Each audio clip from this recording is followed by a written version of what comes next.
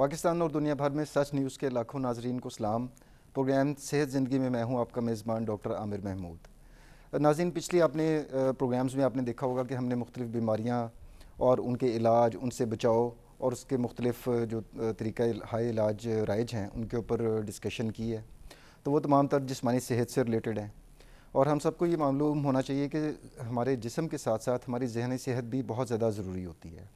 بلکہ میں تو یہاں تک کہوں گا کہ کئی ہمارے جسمانی امراض بھی ایسے ہیں جو کہ اگر کوئی ذہنی مرض ہو تو اس کی وجہ سے وہ بیماری جو ہے وہ ذہنی مرض کی دماغی جسمانی مرض کے طور پر بھی ظاہر ہو سکتی ہے. مثلا معدے کے السر میں اکثر سٹریس ہوتا ہے پیشنٹ کو، تو معدے کا السر ہونا شروع ہو جاتا ہے. لیکن آج ہمارا جو موضوع گفتگو ہے اس کو اردو میں تو ناظرین بہت مشکل سا نام ہے اس کو شقاق دماغی کہتے ہیں. مجھے امید ہے کسی کو کچھ سمجھ نہیں آیا ہوگا، لیکن انگلش میں ہم اسے ٹیکنیکلی سکیزوفرینیا کہتے ہیں، اور عام فہم الفاظ میں لوگ اسے شیزوفرینیا کے نام سے جانتے ہیں. تو آج ہمارا موضوع گفتگو شیزوفرینیا ہے، اور یہ کافی شدید نوعیت کی ذہنی بیماری ہوتی ہے. اور ہمارے ساتھ اسٹوڈیو میں موجود ہیں doctor Usama bin Zubair, consultant psychiatrist ہیں پریمیم ڈائگنوسٹک سینٹر میں. Welcome to the show doctor صاحب. تھینک یو جی، تھینک یو سو مچ. اچھا ڈاکٹر صاحب، جس طرح میں نے ابھی شروع میں ذکر کیا کہ مینٹل ڈس آرڈرس یا جو ذہنی امراض ہیں ان کی اگر ہم بات کریں تو کچھ ذرا معمولی نوعیت کے ہوتے ہیں جو کم و بیش شاید ہر ایک پاکستان میں ایک آدھا نکل آئے کسی بھی پاکستانی کے اندر، لیکن کچھ ذرا سیریس نوعیت کے ہوتے ہیں. تو اس کو ہم علیحدہ کس طرح کر سکتے ہیں کہ کچھ جو عام قسم کے ذہنی امراض ہیں اور جو یہ آج کا ٹاپک ہے یہ کس نوعیت کا ذہنی مرض ہے؟ جی تھینک یو سو مچ. یہ سوال بہت سے لوگ پوچھتے ہیں. اصل میں کچھ جس طرح آپ نے کہا نا مائنر مینٹل النیسز ہیں یا معمولی نوعیت کے امراض ہیں، اور کچھ کو میجر مینٹل النیسز کہتے ہیں. بہت سے لوگ تھوڑے سے سٹریس، تھوڑی سی انزائٹی، لو موڈ کو بھی مینٹل النیس میں شمار کرتے ہیں. میں اکثر جب میڈیکل اسٹوڈنٹس کو بھی پڑھاتا ہوں تو پرانی کلاسیفیکیشن ہے، میں عموماً اس پہ چلتا ہوں کہ سمجھانا آسان ہوتا ہے. تو کچھ بیماریوں کو نیوروسس کہا جاتا تھا جو پرانی کلاسیفیکیشن ہے، اور کچھ مائلڈ ہوتی تھی اور کچھ کو سائیکوسس. اگین مائلڈ کا اس میں ڈفرینسیشن نہیں ہے.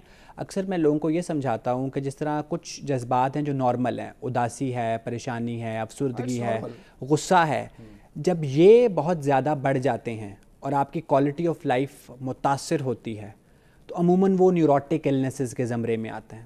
جیسے ڈپریشن کی بیماری ہے، انزائٹی کی بیماری ہے. اور کچھ ہوتی ہیں سائیکوٹک النیسز. آپ کا حقیقت سے رابطہ کٹ جاتا ہے، آپ کو وہ آوازیں آتی ہیں جو آپ کے ارد گرد لوگوں کو نہیں آتی. آپ کو اس چیز کا یقین ہوتا ہے جو ایگزسٹ نہیں کرتی ہے، جن کو عرف عام میں ڈیلوژنس کہتے ہیں. تو جب آپ کا حقیقت سے رابطہ کٹ جاتا ہے اور آپ ایک اور ہی دنیا میں پہنچ جاتے ہیں تو اس کو ہم سائیکوٹک النیس کہتے ہیں. اور اس کے پھر کئی کاز ہوتے ہیں جس میں سے ایک کاز اسکیزوفرینیا بھی ہے.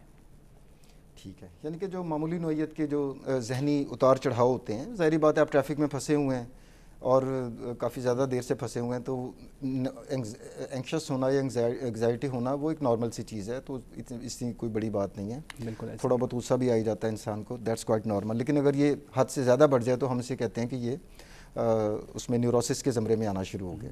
اور اس کی ایکسٹریم سٹیج پہ اگر آپ دیکھیں تو پھر اس کو ہم آگے شیزوفرینیا کی طرف تو خیر مزید ہم نے ڈسکشن کرنی ہے. اس میں اسکیزوفرینیا تو سائیکوسس آل ہے نا، ٹوگیدر بالکل ڈفرینٹ کیٹیگری اس کی ڈفرینٹ ہو جاتی ہے. اچھا ڈاکٹر صاحب مجھے یہ بتائیے کہ شیزوفرینیا جو اب ہم ٹاپک کی طرف آ جاتے ہیں یہ کتنا کامن ہے، انٹرنیشنلی کتنا زیادہ ہے، اور ہمارے ملک میں کیا تناسب ہے؟ نمبر 1 تو یہ.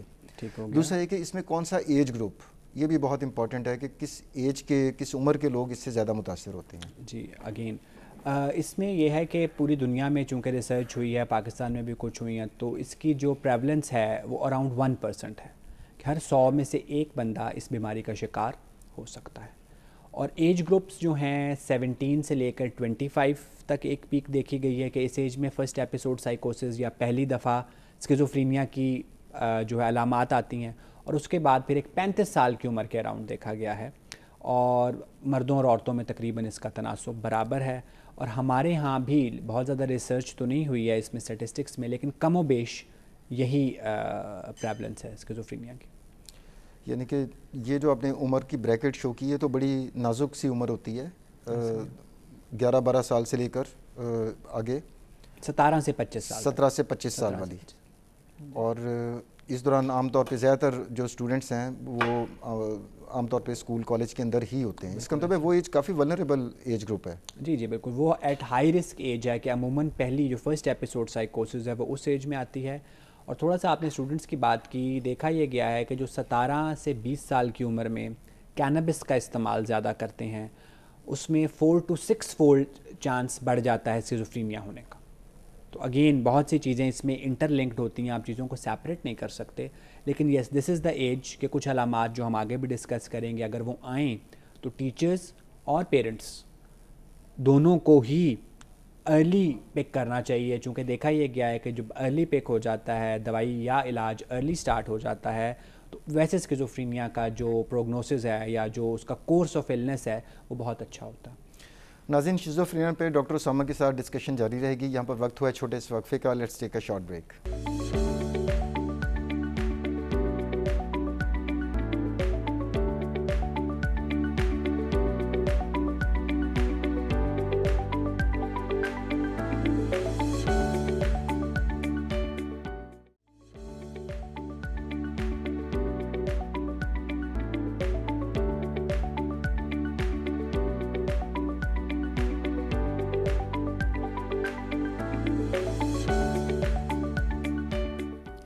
ویلکم بیک ناظرین. ابھی آپ نے ڈاکٹر اسامہ نے ایک بڑی اہم بات کی طرف اشارہ کیا کہ جو شیزوفرینیا کی بنیاد ہے ناظرین وہ 17 سے 25 سال کی عمر میں اس کی بنیاد عام طور پہ پڑ جاتی ہے. اور ہم سب جانتے ہیں کہ یہ وہ ایج گروپ ہے جس وقت چاہے لڑکا ہو یا لڑکی ہو, عام طور پر وہ تعلیمی اداروں میں زیر تعلیم ہوتے ہیں. اور اس میں اگر خدا نہ خاصہ وہ کسی منشیات میں کینابس یا چرس اس قسم کی کوئی منشیات بھی استعمال کرتے ہیں تو شیزوفرینیا ہونے کا جو رسک ہے, خطرہ ہے, وہ کئی گنا زیادہ بڑھ جاتا ہے. اب ہم ڈاکٹر اسامہ سے پوچھتے ہیں کہ ڈاکٹر صاحب, پیرنٹس جو ہیں وہ ظاہری بات ہے بچے کالج یونیورسٹی کے بعد گھر آتے ہیں, کون کون سی ایسی علامات ہیں جو پیشنٹ کو لازماً ان کے اندر ان کے بیہیویئر میں نوٹ کرنی چاہیے جس سے کوئی کلو ملے کہ یہ خدا نہ خاصہ کسی ذہنی مرض میں یا شیزوفرینیا کی طرف ان کا بچہ جو ہے وہ گامزن ہے. وہ ذرا چیدہ جو پوائنٹس ہیں نا, سائن سمٹمز, وہ بتائیے گا. پہلے تو یہ ہے کہ جن فیملیز میں اسکیزوفرینیا ہے, چونکہ اسکیزوفرینیا کی سب سے بڑا جو رسک فیکٹر ہے وہ یہ ہے کہ یہ فیملی میں چلتی ہے, اس کی جینیٹک ہیریٹیبلٹی بہت زیادہ ہے.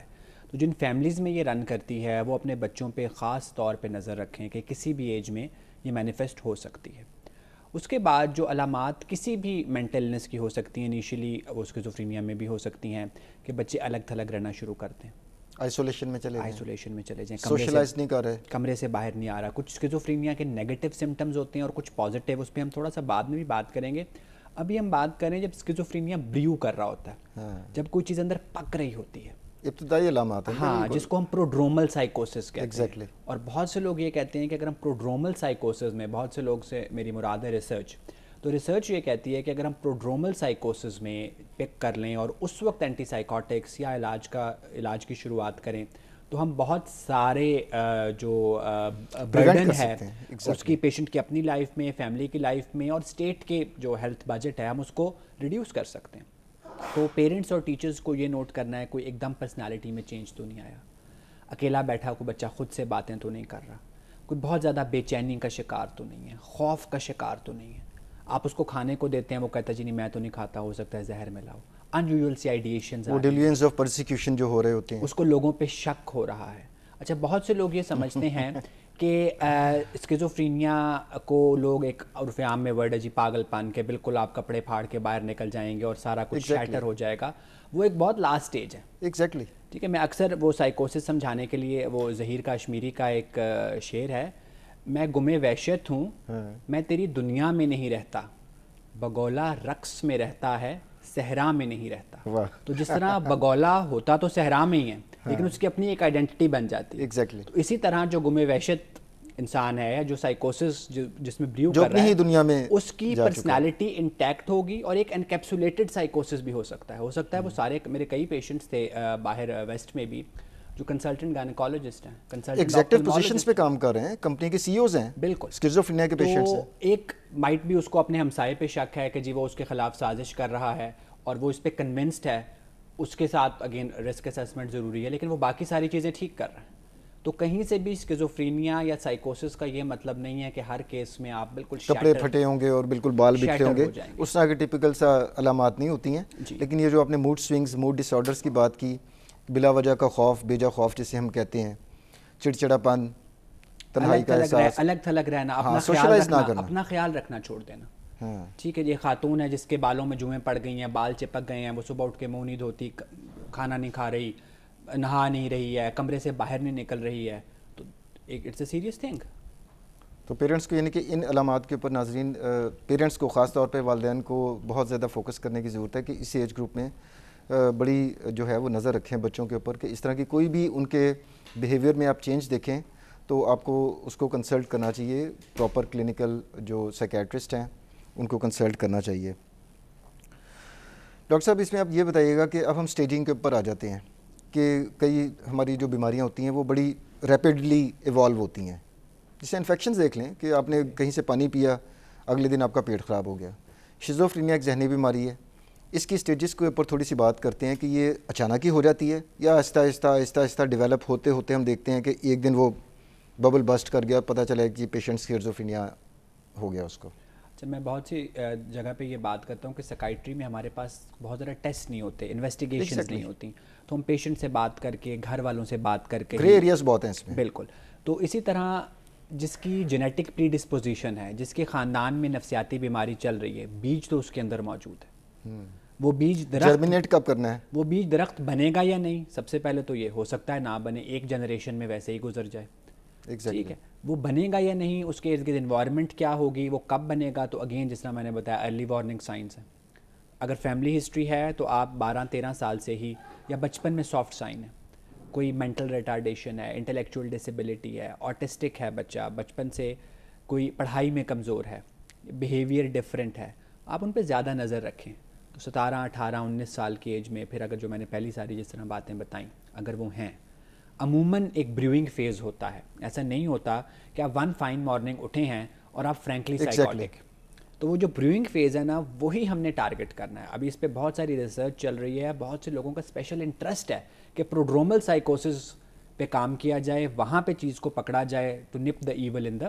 ایگزیکٹلی. اور ابھی ہم نے ورلڈ کینسر ڈے پہ بھی پروگرام کیا، اس میں بھی کرکس میں یہی تھا کہ آپ early diagnosis and screening, that is the corner stone, کہ وہ سب سے زیادہ ضروری ہے. ناظرین، شیزوفرینیا پہ گفتگو جاری رہے گی. یہاں وقت ہوا ہے چھوٹے سے وقفے کا. Let's take a short break.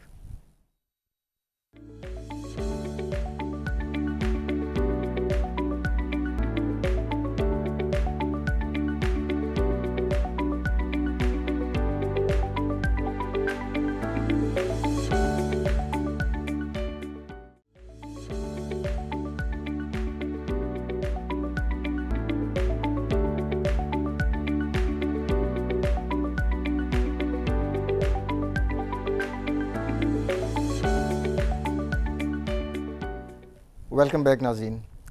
ابھی بریک پہ جانے سے پہلے ڈاکٹر اسامہ نے واضح طور پہ وہ علامات کا ان کا ذکر کیا جو کہ بچوں میں نظر آتی ہیں اور پیرنٹس کو ان پہ غور کرنا چاہیے، کیونکہ الٹیمیٹلی اگر وہ مزید شدت میں چلی گئیں تو وہ شیزوفرینیا کا مریض بن سکتا ہے. اب ہم ڈاکٹر اسامہ سے پوچھتے ہیں کہ اب کلاسیکل ایک پیشنٹ کو شیزوفرینیا ہو گیا ہوا ہے، اب اس کے اندر کیا علامات نظر آئیں گی؟ دیکھیں یہ بہت وائڈ رینج آف سمٹمز ہیں. کچھ کو ہم پازیٹیو سمٹمز کہتے ہیں، کچھ کو نیگیٹیو. پازیٹیو سمٹمز کیا ہیں؟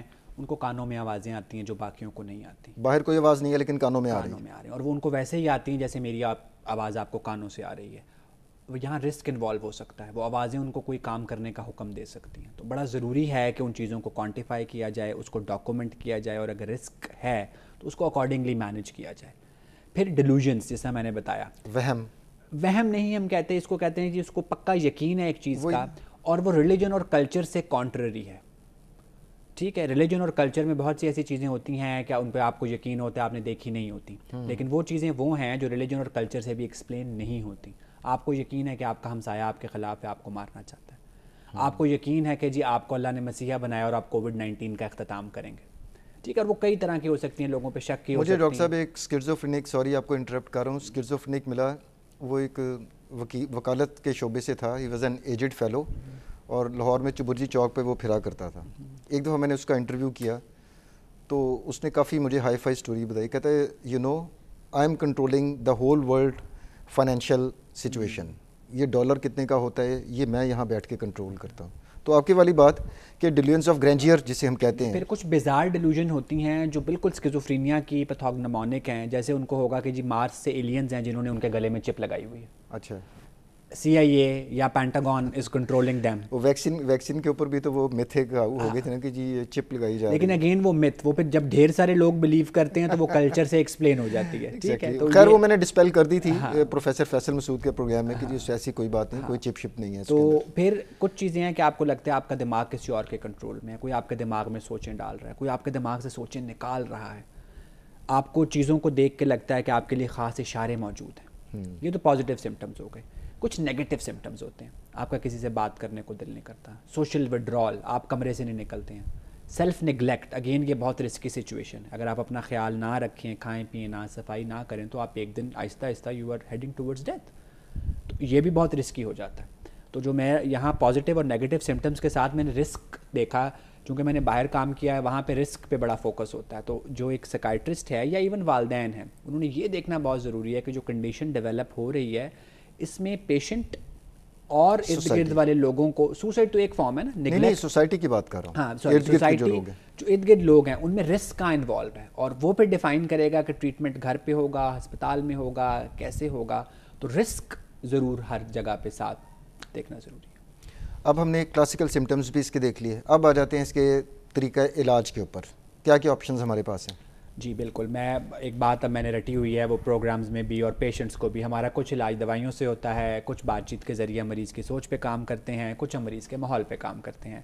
مختلف بیماریوں اور ان کی سٹیجز کے حساب سے ان تینوں کو ہم اوپر نیچے کر دیتے ہیں. اسکیزوفرینیا میں سب سے زیادہ رول دوائی کا ہے. میں یہاں یہ بات دوبارہ ریپیٹ کرتا ہوں. بہت پڑھے لکھے لوگ، میں جب جونیئر ڈاکٹر ہوتا تھا تو ایک بہت پڑھے لکھے آدمی میرے پاس آئے، سینئر رینک کے آفیسر تھے. جی بیٹے کو اسکیزوفرینیا ہے. تو میں نے ایک میری سینئر ڈاکٹر تھی، now she is my colleague doctor Sawera, ان کے پاس بھیجا. وہ واپس آئے، انہوں نے کہا یہ ڈاکٹر تو بڑی اچھی تھی، دی دوائی ہے. تو وہ اب مجھے اس وقت تو میں سائیکائٹرسٹ نہیں تھا کہ اسکیزوفرینیا میں اینٹی سائیکوٹک دوائیوں کا رول ہے. اگر وہ سائیکوسس ہے تو اینٹی سائیکوٹکس دیں گے، جس طرح ہائپر ٹینشن میں اینٹی ہائپر ٹینسن دیتے ہیں، شوگر میں ہم دوائی دیتے ہیں. سوچ پہ کام کا بھی رول ہے، ماحول پہ بھی رول ہے، لیکن وہ دوائی کے بعد ہے. دوائی ہوتی ہے، ٹیکے بھی ہوتے ہیں، ہم 2 ہفتے میں ایک ٹیکہ لگا سکتے ہیں. لیکن ایسے پیشنٹ کو میں پھر کہوں گا اینٹی سائیکوٹکس کا رول بہت زیادہ ہے. اور اینٹی سائیکوٹکس سے 60 سے 70% لوگ اتنے بہتر ہو جاتے ہیں کہ وہ روزمرہ کے کام کر سکتے ہیں. تو اس میں ECT کا رول بھی کسی زمانے میں ہوتا تھا. ECT 4th لائن ہے، ECT 4th لائن ہے. پہلے اینٹی سائیکوٹکس ہیں، پھر ایک کلوزاپین نامی اینٹی سائیکوٹک ہے، پھر کچھ سائیکولوجیکل بھی ہم فیملی کے ساتھ کام کرتے ہیں. ECT اس میں کافی دیر سے آتی ہے. ECT کو میرے خیال ہے پبلک کے لیے تھوڑا سا ایلیبریٹ کر دیں، کیونکہ آپ اور میں تو سمجھتے ہیں لیکن ہمارے جو ناظرین ہیں ان کو شاید ECT کا نہیں. ECT ایک بہت پرانا اور آزمودہ طریقہ علاج ہے. انستھیزیا دے کے بیہوش کر کے مریض کو ایک فٹ انڈیوس کیا جاتا ہے اور اس کے دماغ کے کیمیکل بیلنس ہو جاتے ہیں. اس کے بہت لمیٹڈ سے سائیڈ ایفیکٹ ہیں اور اس کے بارے میں متس بہت ہیں. ECT سے اب نیا ایک ٹریٹمنٹ ہے جو یہاں پہ ہم نے انٹروڈیوس کیا ہے صدر میں پریمیم ڈائگنوسٹک میں، ٹرانس کرینیل میگنیٹک اسٹیمولیشن. اس کا اسکیزوفرینیا میں بھی کچھ رول ہے لیکن زیادہ ڈپریشن میں، اینزائٹی میں، سگریٹ چھوڑنے میں، ڈرگز میں، فالج کے بعد کی بحالی میں. تو وہ ایک نیا ٹریٹمنٹ ہے سائیکائٹری میں، TMS جسے کہتے ہیں. اور ECT بہت پرانا اور آزمودہ. ECT تو 1930s سے ہو رہی ہے، لیکن اسکیزوفرینیا میں ECT ہے یا ٹرانس کرینیل میگنیٹک اسٹیمولیشن ہے، ان کا رول کافی نیچے ہے. Antipsychotics can do wonders.